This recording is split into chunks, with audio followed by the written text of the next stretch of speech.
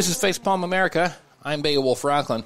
And I want to start with an apology because it has been a few days since I have been with you guys with a new episode. I know we put some of the older ones on the feed so that you could enjoy those because at times I am exceedingly prolific, and at other times I just, go through doldrums. And this is one of those times because through a combination of being on a business trip and then members of my family contracting COVID and also the air around me. Hey, it's summer again in America, hence wildfire smoke.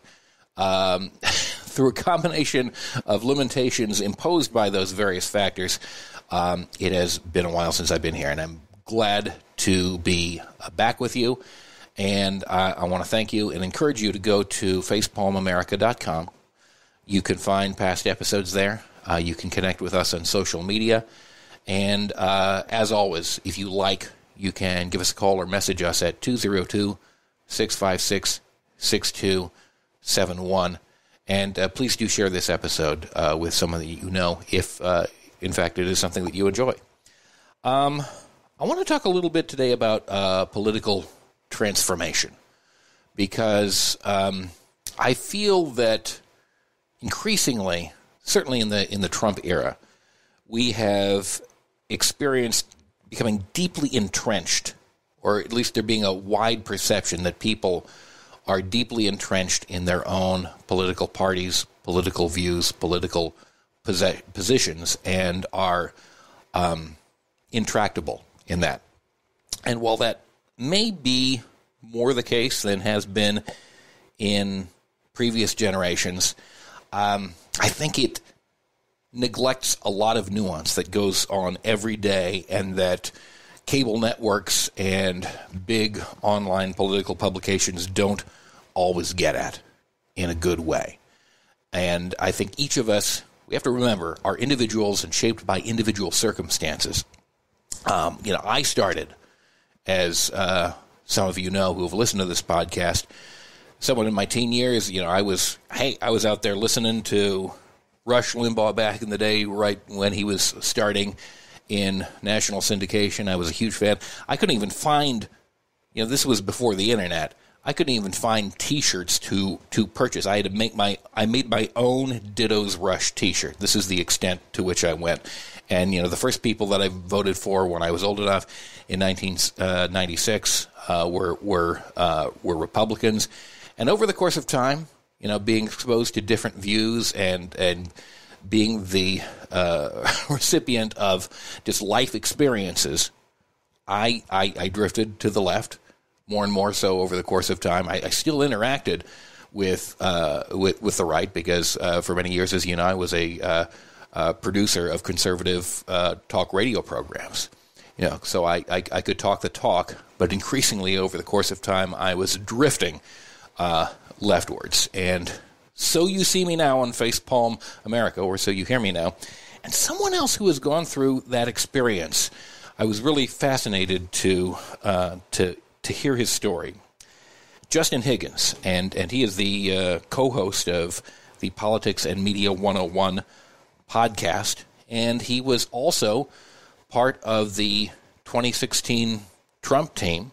He campaigned for Trump, and with us today, he is a Democrat, and he has been appointed by Democrats. He actually changed his party within a year or two after the 2016 election, and I think it's important to point this out. We hear all the time, and certainly Republicans are inundating us, and I should say really right-wingers are inundating us with stories of, this state legislator switched from being a Democrat to being a Republican, and there's a whole sort of mini propaganda campaign about how people who are lifelong Democrats are leaving the party behind and becoming Republicans, and I do not think that accurately reflects the trend in American politics. It does happen sometimes, but it's much more complicated than that, and honestly, I think the trend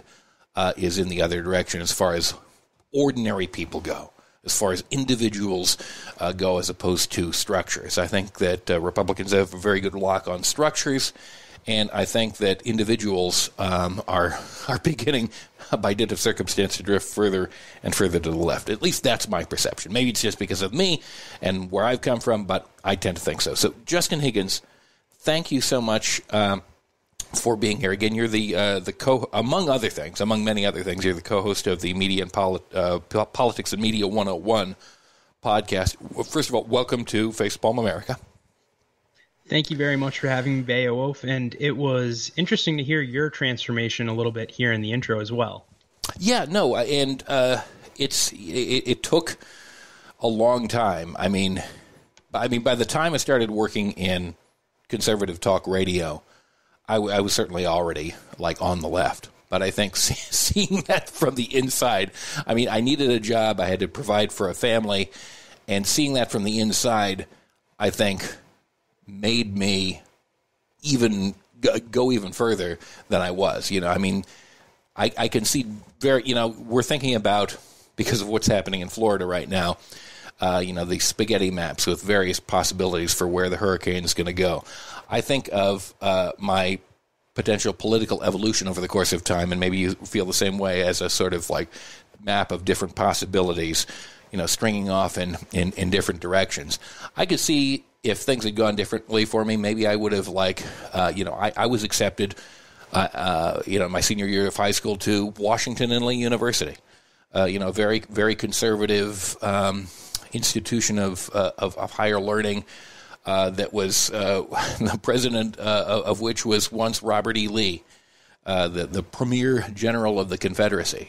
I might have gone in that direction. Instead, I went to UC Santa Cruz, the home of the banana slugs. A very different kind of place indeed.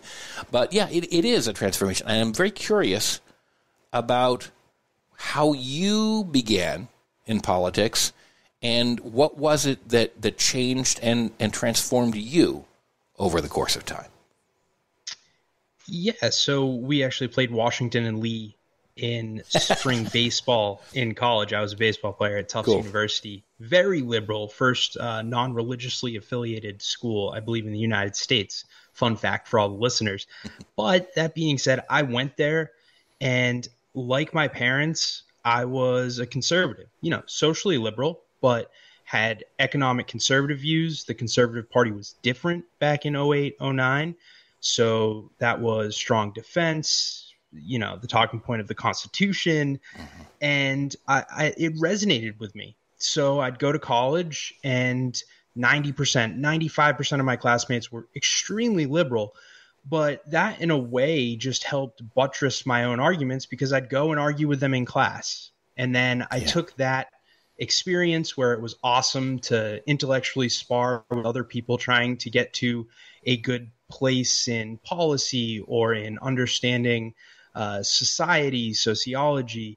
And I took that and went into Washington, D.C. to work, I guess you could say, on the conservative side. I was a lobbyist for a big Fortune 400 agribusiness based in Kansas that was focused on influencing Democrats and Republicans, but had a base with conservatives. How did I change? I don't know. I think that 80%, what I learned, 80% of Americans maintain the views of their parents. Sure. So if you grew up in a conservative household, you are very likely to be conservative. Yeah.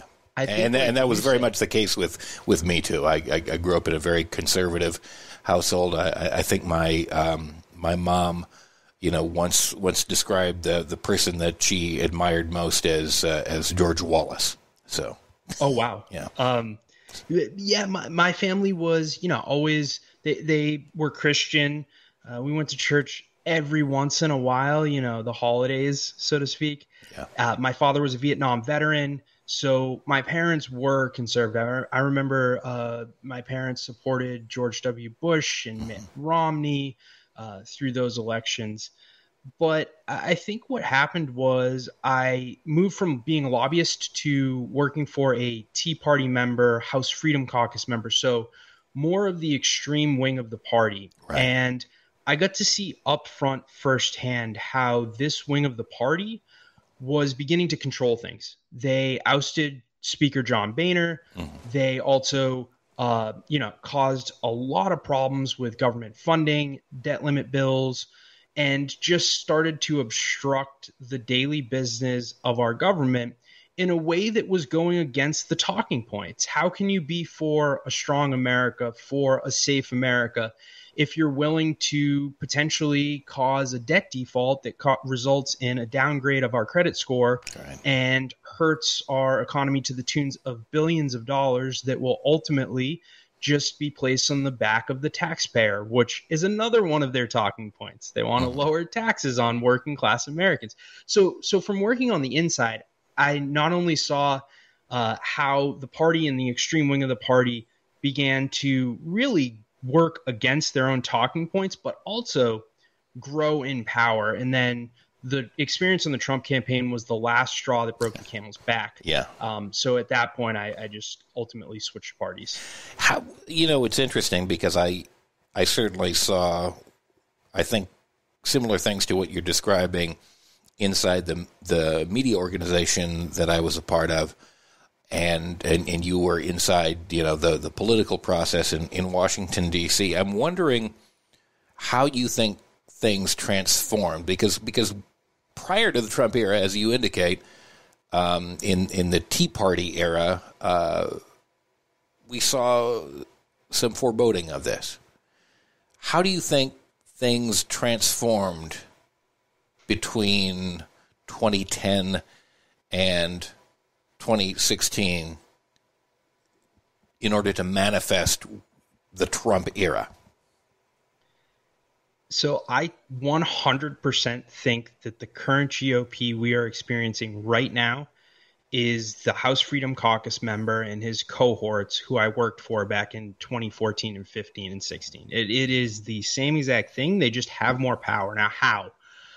Well, there was a great external financial crisis back in 2008, which gave rise to the Tea Party, which was a bunch of basically grassroots activists advocating against big government bailouts for banks. That sounds good, right? We shouldn't be bailing out the fat cats on Wall Street that caused the recession and millions of American hardworking taxpayer jobs. Right. Although it's weird because instinctively you would think that would be kind of a left-wing populist thing, wouldn't you? I mean, yes. you could see Bernie Sanders, saying all of those same things, and he, at some point he probably did. He just didn't happen to be, up on the barricades for the 9/12 rally with Glenn Beck. It is a lot of cross-cutting talking points. It started out as, right, Beowulf? Yeah. However, what ultimately happened and transpired is this movement, which was disparate, it wasn't centralized, there was no real organization. Large financial groups started to back this movement, specifically, for example, the Koch brothers. Right. Americans for Prosperity and groups like that. Americans for Prosperity, exactly. So now you have hundreds of millions of dollars going into these groups.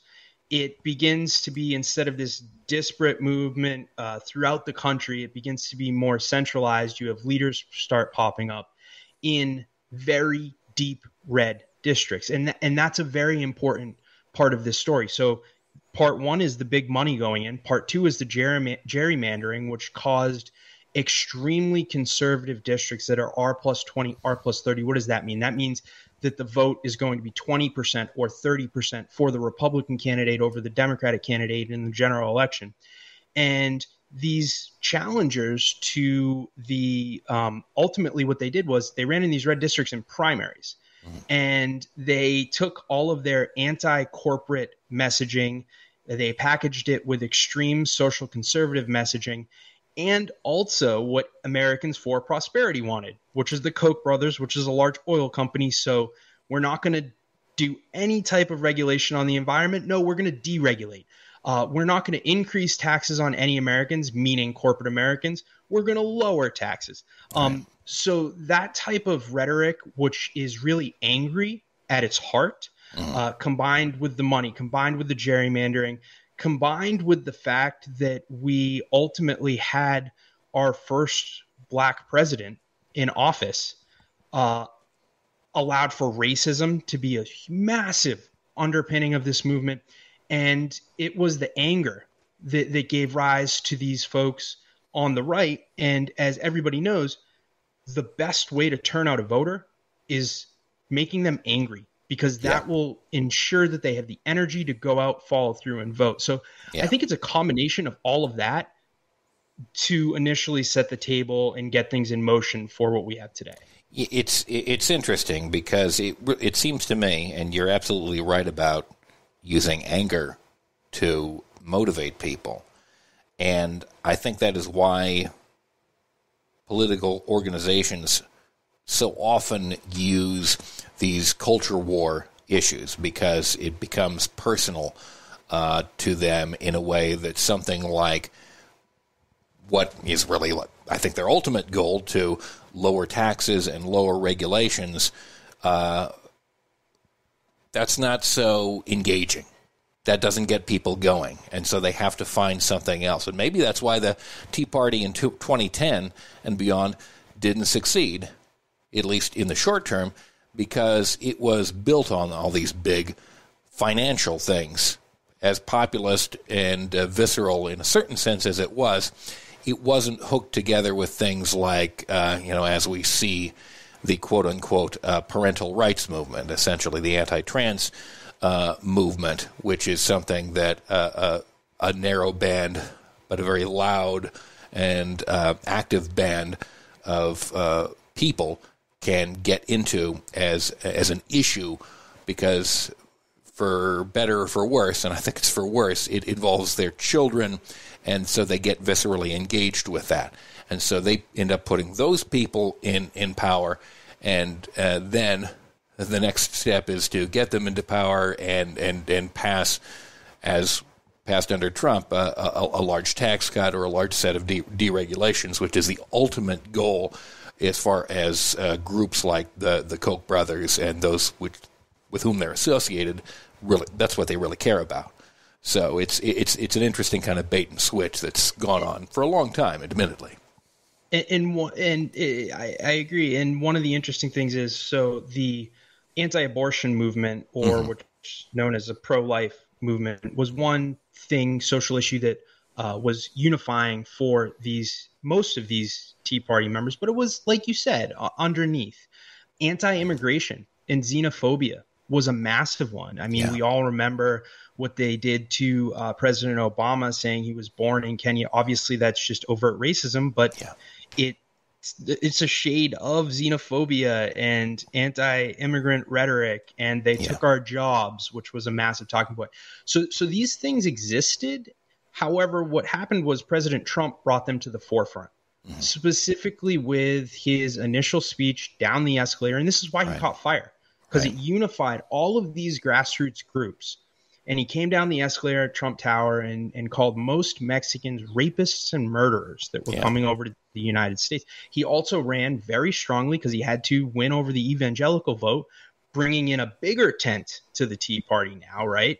That he would nominate pro-life Supreme Court justices. So he really leaned in. I don't know if we think of Trump like this, but he leaned into these culture war issues before they looked like what they do today. And I think that really pissed people off. And then combine it with the factor that he was an outsider, because, this gets overblown a lot, and I'm not maligning any type of voter here, but I personally know a bunch, Bernie Sanders and Trump crossover voters. And the appeal to these people, even though Bernie Sanders is not racist or any of the isms that Trump is. So we need to make that distinction. This is not a false equivalency here. But there's an anger towards the establishment. Right. And it is that anger which is appealing to a lot of white working class, blue collar voters, my family and friends included in that list. And I'll bring up my mom again, the same person who expressed admiration for George Wallace. I wouldn't be surprised. She was old enough then to back in 1968 and 1972 to vote for George Wallace.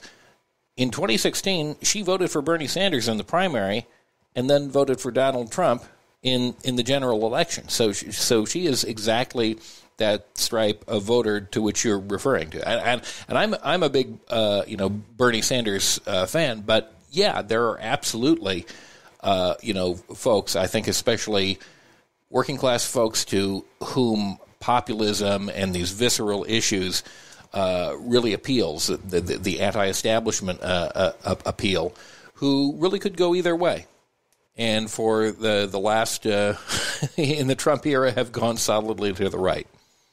And I think in part, those people that you're talking about that could go either way, that this message appeals to, they could go either way because we are experiencing a rapid transformation of both political parties, right? Yeah. It used to be from my understanding, my first real election that I was involved in, voted for, was President Obama's first election. But it used to be that the Democrats would run as the change makers. Hope and change was President Obama's slogan. Right. And they would be trying to disrupt things to help the working class voter. And the Republicans would be entrenched in the establishment, in the defense industry, in the Constitution, and truly law and order, not the bad racist Trump and Nixon version of law and order and George Wallace version, but upholding our institutions, right? And not maligning government, but making government work more efficiently. However, they've almost flipped in a way where Democrats are now kind of the technocrats, pragmatists, and Republicans are the outsiders trying to burn it all down. And I'll give you an example. Bernie Sanders. He is an establishment Democrat. I know he may not run like one. He is now. I mean, in the wake of 2020, since he's been given higher position within the Senate committees, he essentially has bought into the establishment and is no longer poses the threat that he once did in the two previous cycles. There were news reports that he was going to pose a threat during the transportation bill, the bipartisan infrastructure bill, during the Inflation Reduction Act. But guess what? He got on board. It was cinema that we really had to worry about if you support those pieces of legislation, which I do. And that's not, if you're a progressive, that's not to malign him. Right. You need to work as a team to get things done. So it's him realizing where things stand, and he influenced both pieces of legislation to get his priorities either plussed up or in there. But it shows that the Democrats don't nearly have the problem of the extremists that the Republicans have, because the Republicans, quite frankly, can't get people to play team ball. And that is a problem when politics, all politics is about negotiating within the parameters and rules of the game. Yeah, for as much as the squad has been touted as this, they're going off their reservation, you got to watch off them, they're Marxist, socialist, blah, blah, blah, blah, blah. They've been, rather, generally speaking, they've been quiescent. They have pretty much gone along and gotten along in a way that, to me, as a progressive, is kind of disappointing. But I don't think any observer standing back and looking at that can say, "Oh, they're causing trouble just like the Freedom Caucus is." No, they're a fraction of what the Freedom Caucus is within the Republican Party, and they haven't stopped a darn thing that the Democrats have tried to do. And they are influencing legislation because they are willing to play as a team, right? So it may not be the transformational aspirational platforms that they all ran on. However, I remember the eviction moratorium was going to run out in the pandemic, and Cori Bush, Representative Cori Bush from Missouri, she ended up camping out on the Capitol Hill steps to try and prevent this from happening. And you know what? Nancy Pelosi ended up bringing her into the office. They ended up having a discussion about strategy, about realistically what can happen, because Cori Bush was trying to advocate for legislation to get passed through Congress. Guess what?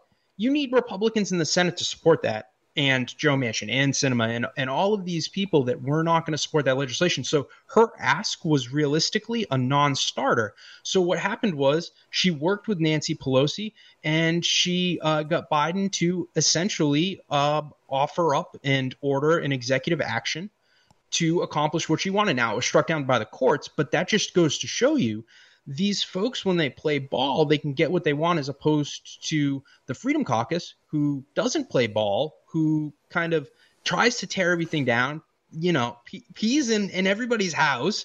And what happens? They grind things to a halt for a little bit. And then there's a compromise that really does not take into account any of their demands, wishes, goals, and we move on.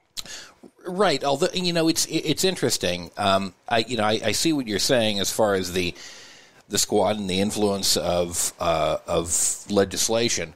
Although, isn't to a certain extent the whole point of the Freedom Caucus is to tear stuff down, to stop stuff from getting done. So, in a way, by doing what they're doing, they kind of are getting more of what they want than the squad is, because they are essentially fighting a defensive fight to delay stuff and try to make sure that the wheels do not turn, as opposed to the goals of the squad and others on the progressive left, which requires positive action and getting past a certain escape gravity in order to get things done, which is often, if anybody wants to stop you in Washington, D.C., very difficult because of the way that it's structured.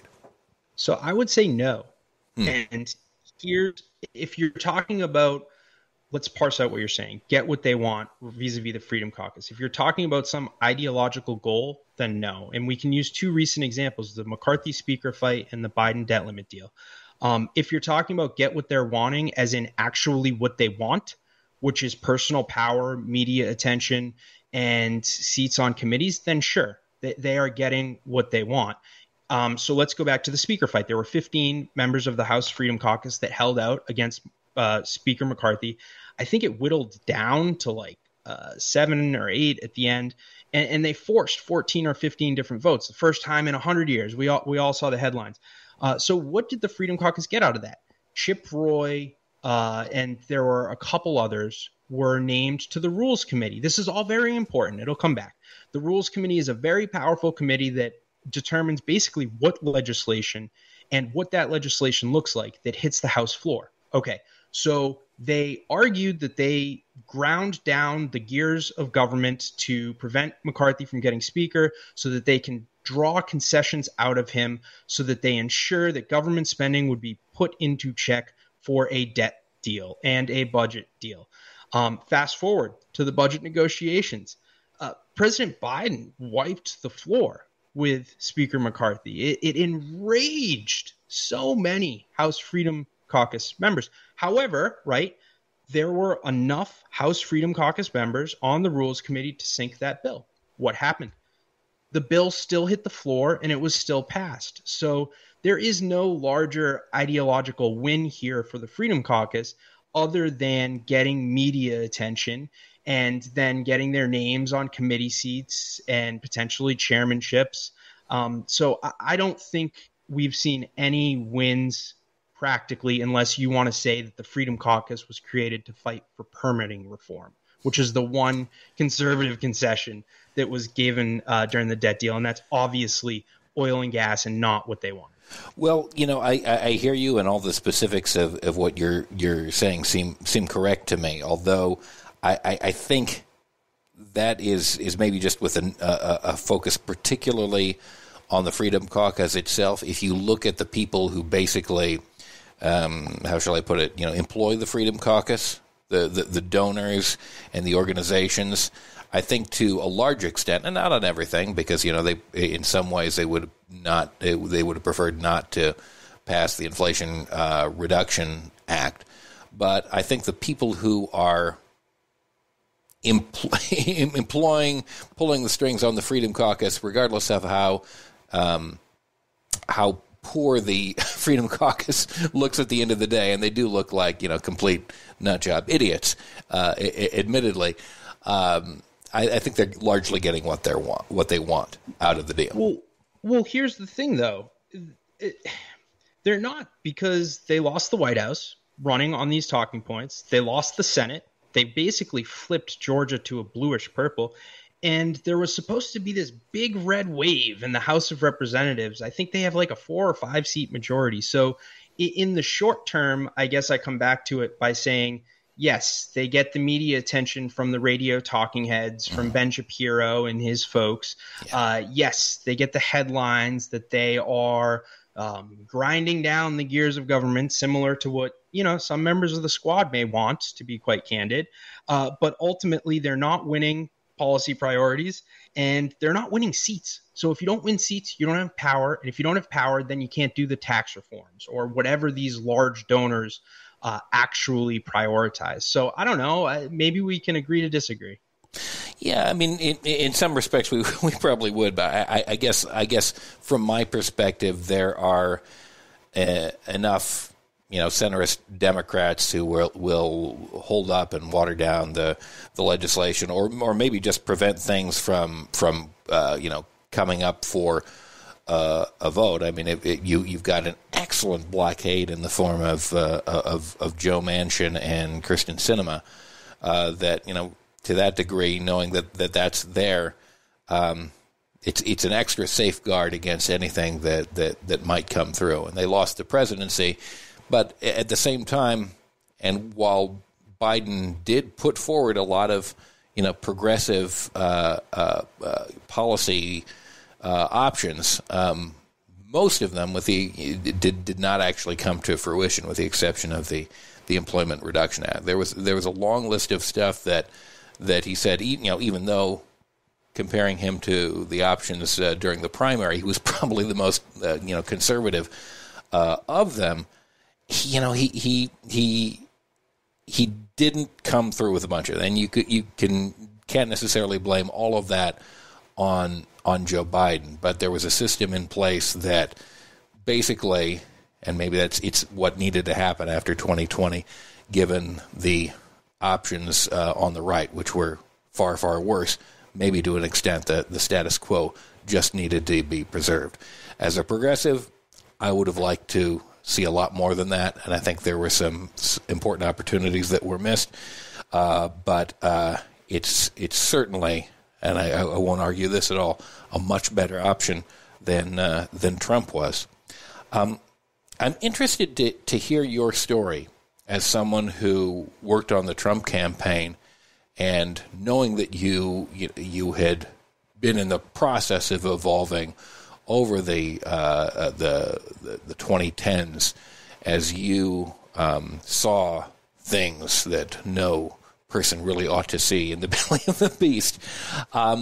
What were the sorts of things that really pushed you over the edge about Trump and his campaign, and were there things behind the scenes that were even worse than what we in the public were seeing?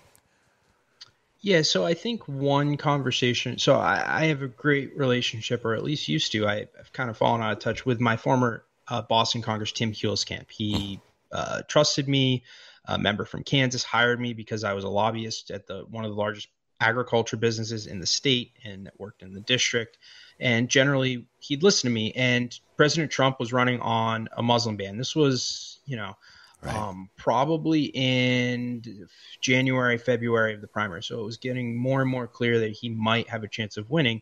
And this Tim Huelskamp claims to be a constitutional conservative focused on privacy rights, because a lot of his constituents don't trust the government. So therefore, he doesn't want overreach from even police organizations. Sounds progressive in a lot of ways. Yeah. However, we got into a debate about President Trump's Muslim ban. He's like, yes, I'm going to support it. And we ended up going, 9 rounds in front of the whole office. And it resulted with him saying that he would support a police force going house to house to forcibly pull out Muslim immigrants from people's houses. And I said, really, boss, you wow. Sure you really want to stand on that leg?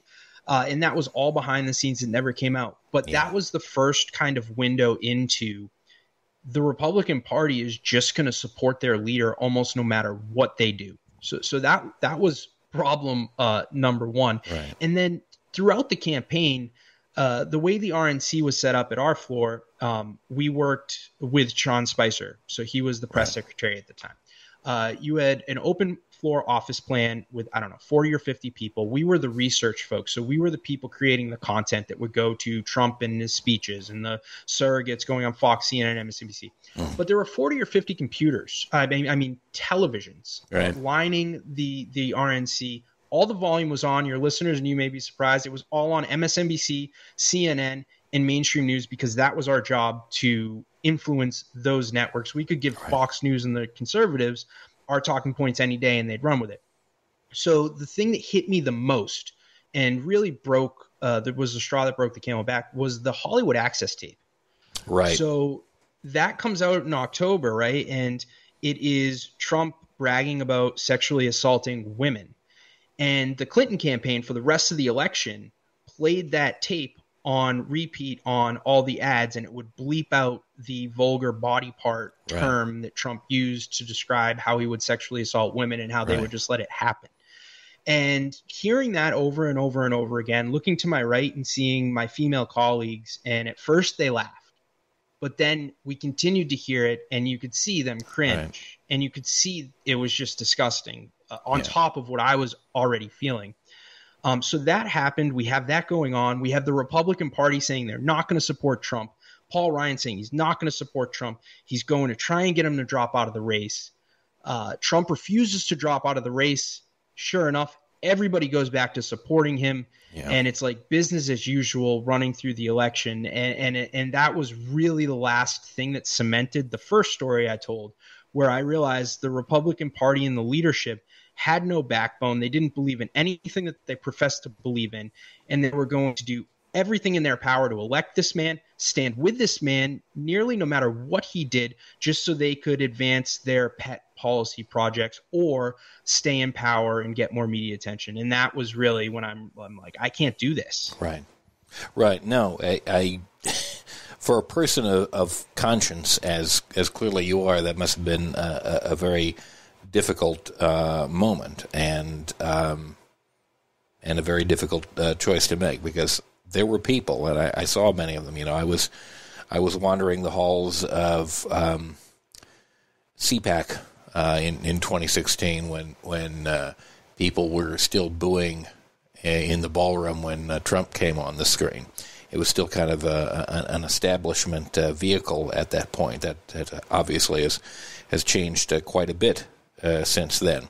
But there were people who felt, no, I don't want to do this. You know, people who were still very conservative, who said, no, I'm going to vote for Ted Cruz or something like that. I got to support him. I can't support this guy. Is just like too nuts. And eventually, most of them, not all of them, but probably a majority of them, fell in line.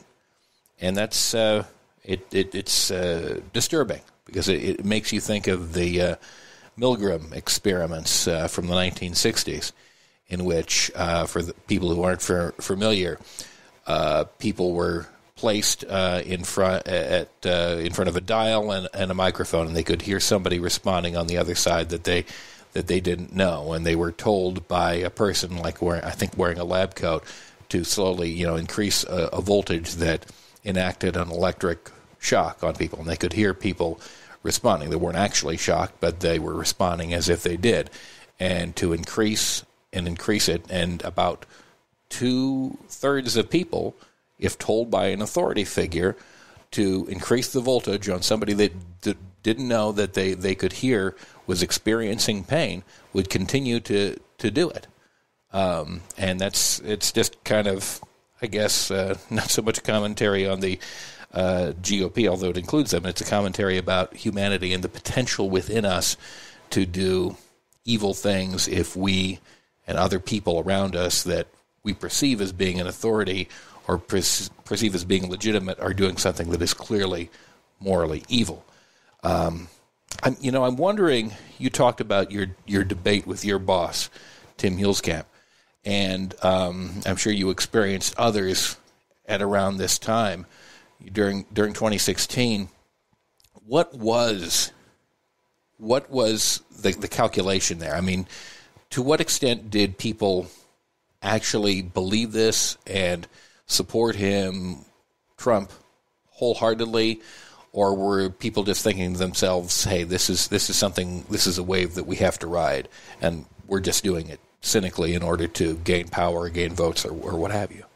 It was largely the latter, and we can just go look at his congressional endorsements. Two come to mind. It was Jeff Sessions in the Senate and Mo Brooks in the House to Alabama Sons of Alabama, very, very conservative, very xenophobic. Some would argue racist members of Congress. So it was kind of a natural fit for them. I would say the rest were in the second bucket, where they didn't think Trump was going to win. They thought, okay, we're just going to get through this campaign. We're going to lose.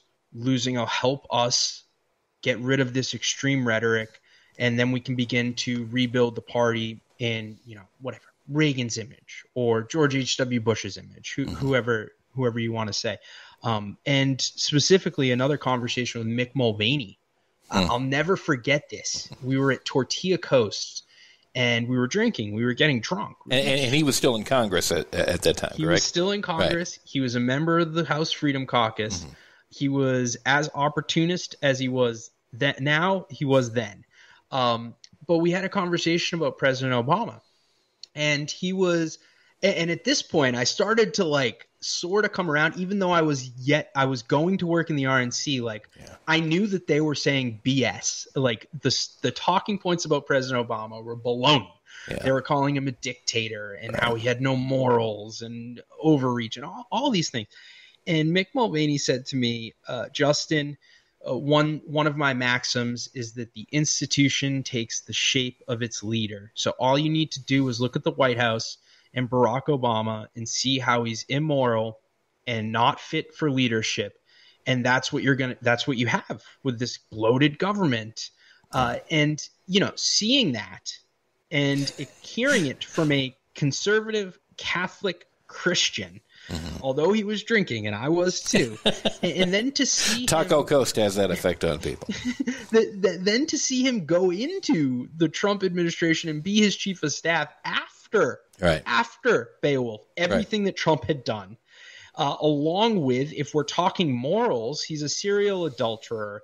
He paid off a porn star who he cheated on his pregnant wife with, and we could go on and on and on. Yeah. That is a small story that kind of embodies the GOP mindset at that point. They tried to ignore him, and they thought they could get past it and reform the party. But once he won, in for a penny, in for a pound, they all wanted their different, jobs and titles and media, and they were all in. And once that became toxic, I suppose, CBS or other networks, became the last refuge of a certain set of particular scoundrels.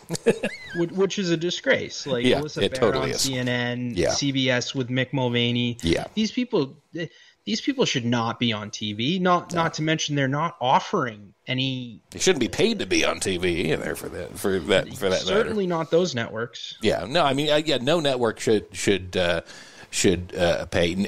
Certainly no network that has a claim to be seriously representative of America or American values. I mean, you could say something altogether different about Fox News or Newsmax or One America or what have you, but they really have no claim or desire to claim that they're part of the American mainstream or trying to support democracy in any way, shape, or form. But clearly, in the case of the quote unquote mainstream media, these are financial decisions. They just, want to attract you. I don't see, honestly, how they could, given what the typical mindset is of a Trump supporter who completely rejects them, how they're going to, have someone, tune into Mick Mulvaney talking or someone else, or Reince Priebus or whoever happens to be, but somehow they make these decisions. I guess it's probably based more on power and connections than it is on any particular viewing demographic that they're trying to attract. Now that we're where we are, we're approaching 2024 now, and we're looking at this very strange lineup, minus Trump in the last debate. And from my perspective, I just see very few scenarios in which Trump does not get the nomination of the Republican Party in 2024, and yet at the same time he has 91 counts against him in various cases, from Georgia to Washington D.C. to Manhattan and possibly more still to come. It's a real mess. Do you think that enough people, either inside of the Republican Party or outside of it, who supported Trump in the past, have fallen away and seen or had some insight into this? Because it seems like, regardless of how many times it comes to light that there's this new horrible thing that Trump did or was involved in, a relatively, pretty small amount of people are alienated by that, who supported Trump to begin with. I'm wondering, will there ever come a tipping point in that regard? What do you think Trump supporters are thinking at this point, and what do you think will happen, beyond the conventions in 2024? Because it's a very frightening prospect to get an individual like that anywhere near the possibility of the White House yet again. So I do think former President Trump is going to win the GOP nomination. There is a scenario where former President Trump loses Iowa. There's momentum against him for whoever wins Iowa. The other candidates that are snagging 8% here, 2% here, drop out so they don't repeat what happened in 2016, which was a fractured field that allowed Trump to win with 40% of the vote in these different states. Right. And everything falls into line. People are sick in the GOP of Trump, and he wins. I think that the odds of that happening, Beowulf, are very, very low. I agree. So to the rest of your question, I think what true Trump supporters are doing, it's siege mentality. They trust what Trump is saying. They think it's all a persecution of him because he was a change agent. He came into the White House trying to dismantle the deep state. And as a result, you have the deep state trying to come back at him, including the media, including Chris Christie, for example, another Republican, law and order Republican. So I think they just put their head in the sand, and honestly, it just makes them more loyal to Trump. But that's not everybody. That's like 30%, 35% of the GOP. Now, let's say Trump wins the nomination. What happens in 2024? I did predict Trump would win in 2016. I was one of the few at the RNC, even when we filled out the brackets, to even predict that. Yeah. But I'm not foolish enough to say Trump can't win. You see Chris Christie saying the indictments will drag him down. He can't win. Yeah. So I do think there's a possibility. It's a coin flip. I do also believe that the indictments are real baggage, that it is going to have a similar effect on independent voters, on moderate Republicans, on suburban women, on all of these groups that aren't totally hardcore GOP, of a drip, similar to in 2016, the Hillary email scandal, right. Which was a year long in the process, and they just kept bringing it up. So I think that it could be a close race. I think that Trump has so much baggage that he will lose. I think it is likely that he drags down the House and Senate candidates as well. And you asked, is there anything that can move the party past Trump? Yeah, magnificent and majestic losses. He could go out and shoot somebody on Fifth Avenue, like he said, and probably still be the leader of the party. But if he continues to lose, like I mentioned to you, the White House, Senate, and House of Representatives, that's when you start to get the people with the money and the leaders in the Republican Party pissed off to the point where they're going to say, okay, this isn't working. Now we need to do something else.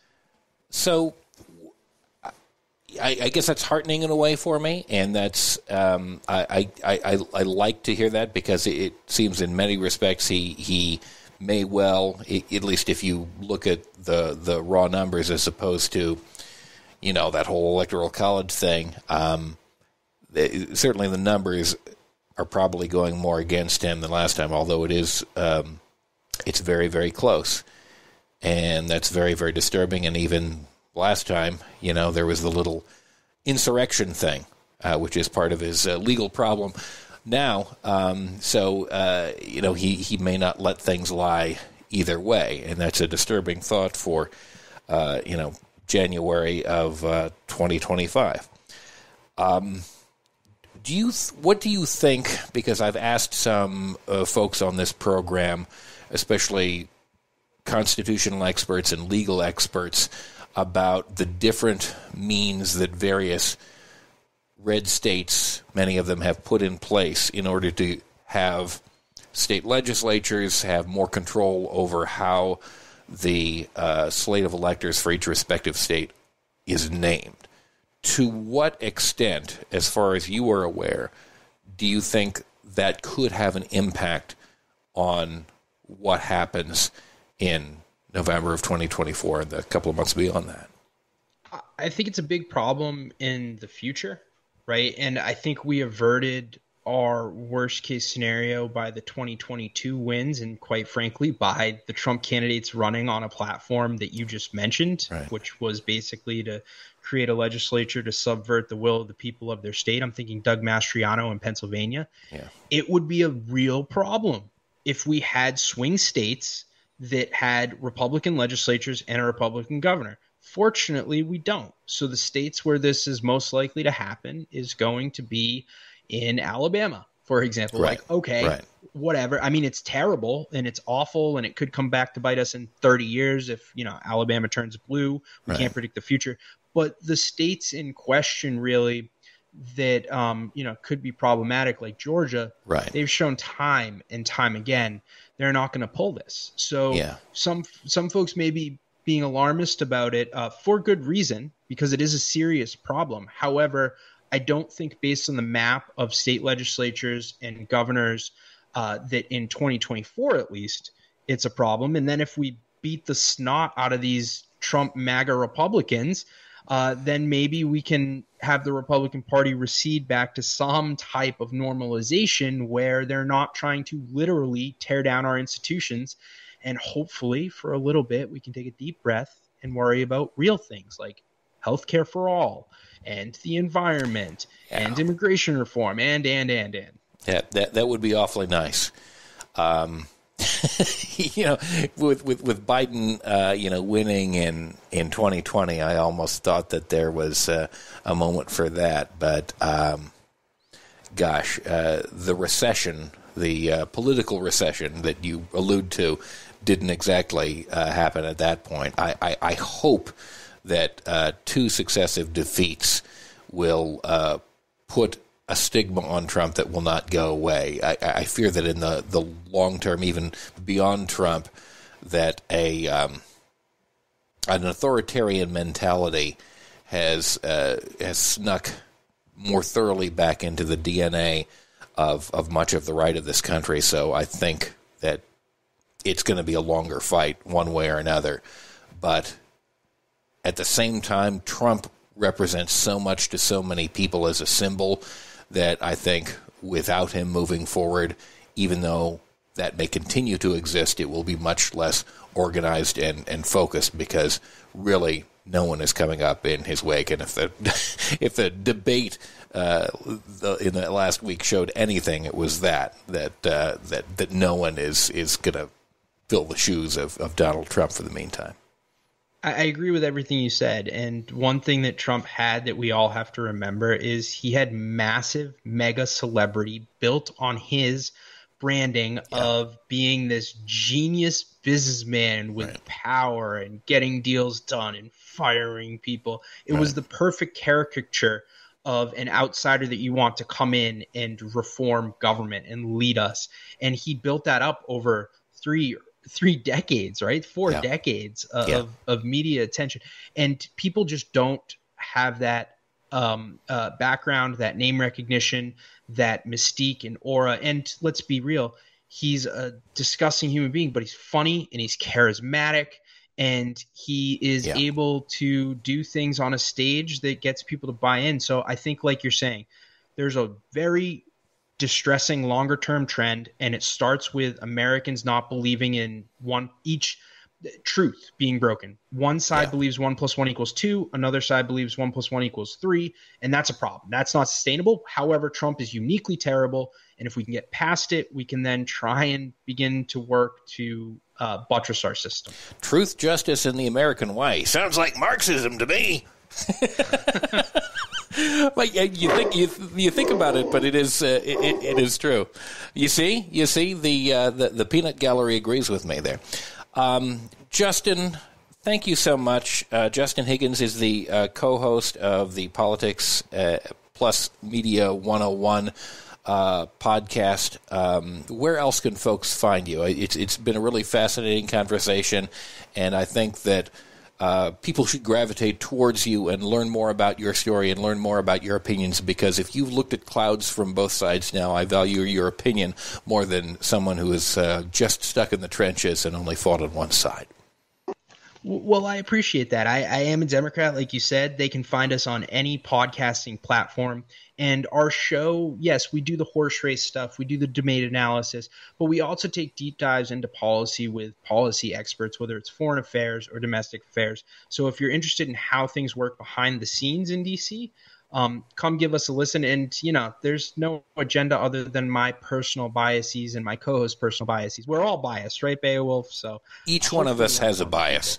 We don't exist in a vacuum. So go and find someone with good political perspective on the Politics Plus Media 101 podcast. Justin Higgins, thank you so much for being with us today. It's been a pleasure to engage in this conversation with you. All the best. Pleasure's mine, Beowulf. Thank you. If you have appreciated this conversation and the other ones that we have here on Facepalm America, please rate and review us on Apple Podcasts, Spotify, or any other platform you can do that on. Share this podcast with a friend. Tell them about it and let them know, because we want to grow and we want to reach more people, and we want to get these kinds of voices out there to as many folks as we can. We need these kinds of voices out there wherever we can, because there are a lot of voices proliferating nonsense.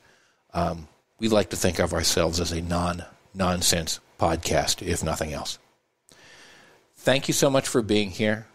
Visit facepalmamerica.com when you get a chance. And until next time, enjoy the day.